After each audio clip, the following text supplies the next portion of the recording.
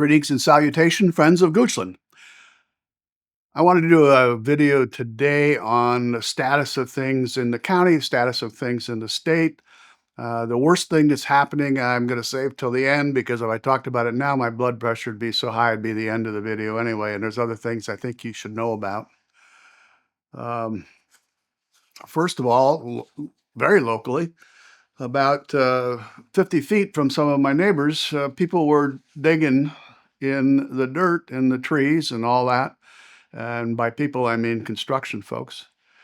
And we believe that it's a due diligence effort where the folks, the owners, West Creek and Mr. Pruitt, were doing the due diligence or the purchasers of the property on the M1 property right next door to us, 50 feet away.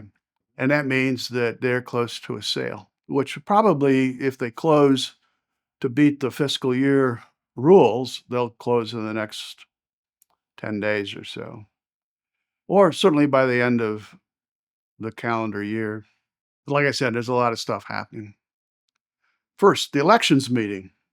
And it's not about the election, it's about the election process. And it's going to be at the Goochland Library, June 22nd, high noon. It's a very informal group. There'll be 5 tables of information laid out about various things in the election process and in the Goochland community process. There'll be people there to talk about their experience with the process. For instance, a former candidate is going to talk about how do you get on the ballot in Goochland County. Another person is going to talk about building a team, and she's a minister, so she's got some experience building teams. And we're going to then talk about the Goochland election process itself, what it takes to run in Goochland.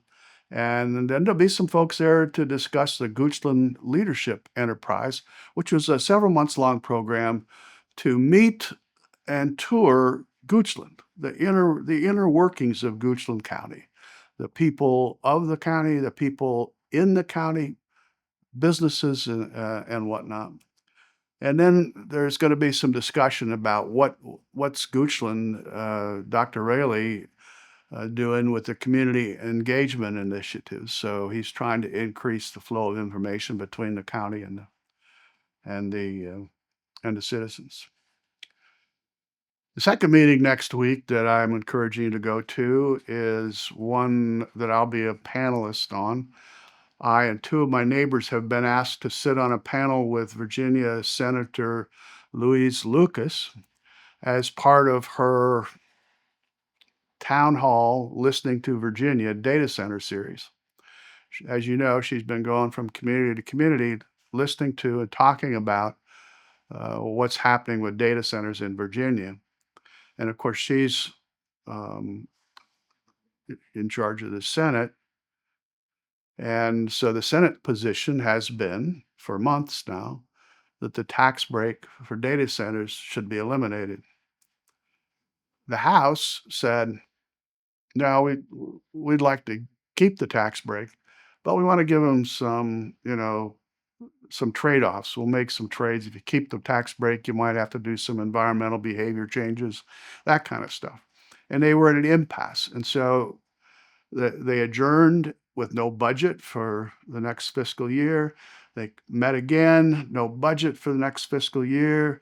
Governor Spanberger said she's not interested in keeping data centers out because they're so important to Virginia. Ask the people in Loudoun County.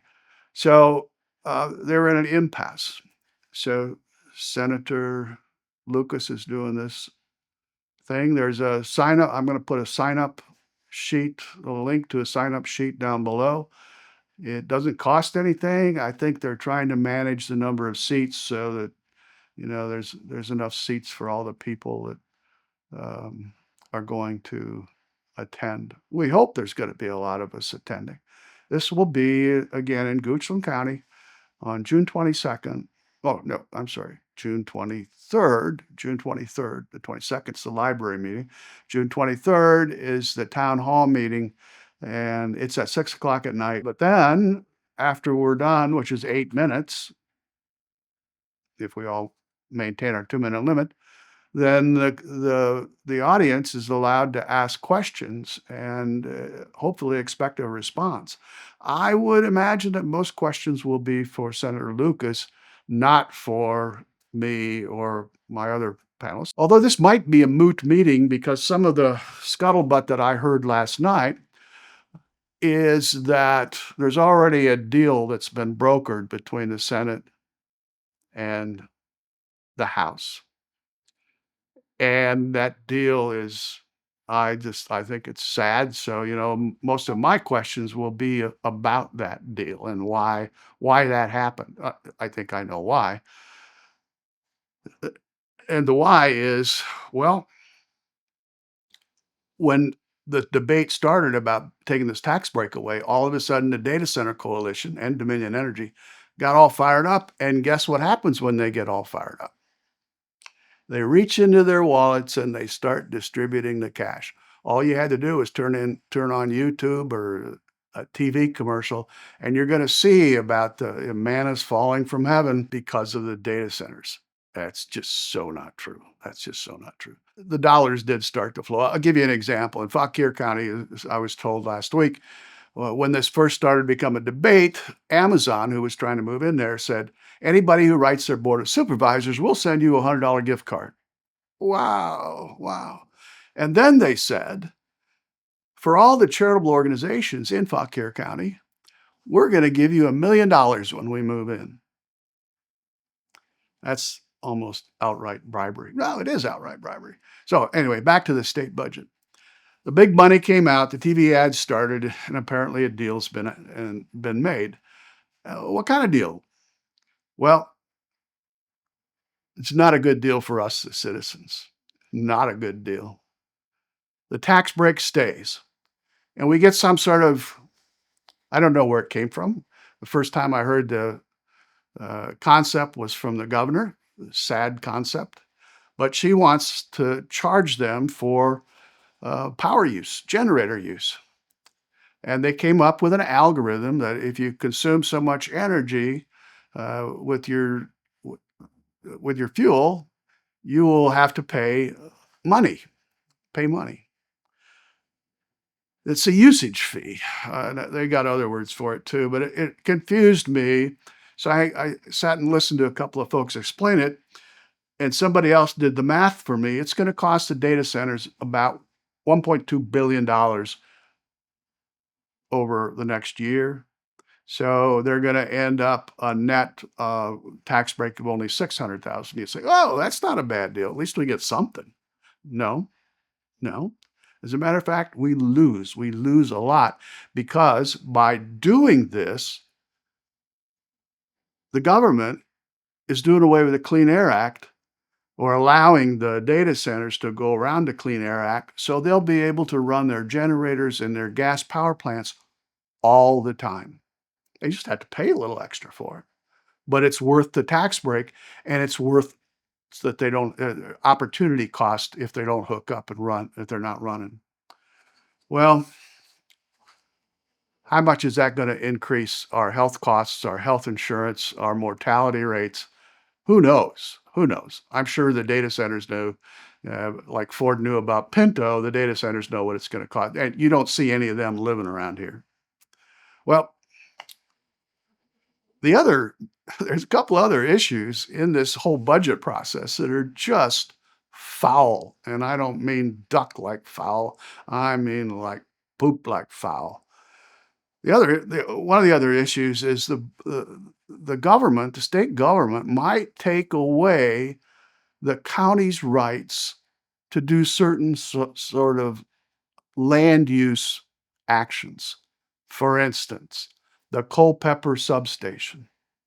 There's heavy lobbying going on to take away the county's rights to prevent substations from coming into the county. If that's all it takes, then you know what's going to happen. And lastly, this is the thing that just flabbergasts me, and that's a word that probably dates me. from the Eisenhower years. The House of Delegates doesn't want you to know who's giving the individual delegates money. And right now, there's a provision in the state code, the state law, that says certain offices like the governor, attorney general, et cetera, are subject to donation audits of their campaign contributions, and random folks in the General Assembly, senators and delegates, are also may also be audited. And so in the new budget, what is the House proposing? Let me read you what it says. Section 24.2 to 948.5 of the Code of Virginia is repealed. That's the code that allows the Department of Elections its authority to review campaign records. That means if this budget goes through with this provision in it, it's a blank check for those guys. It's a blank check.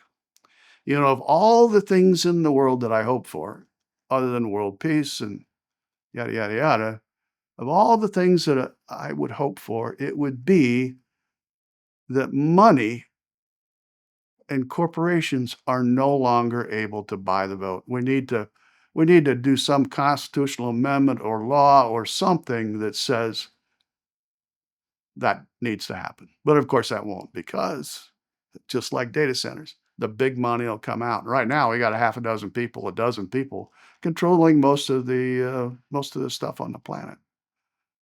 And this law, this budget, takes away our ability to run stuff locally, takes away our ability to preserve our health and welfare, and is harmful to everybody.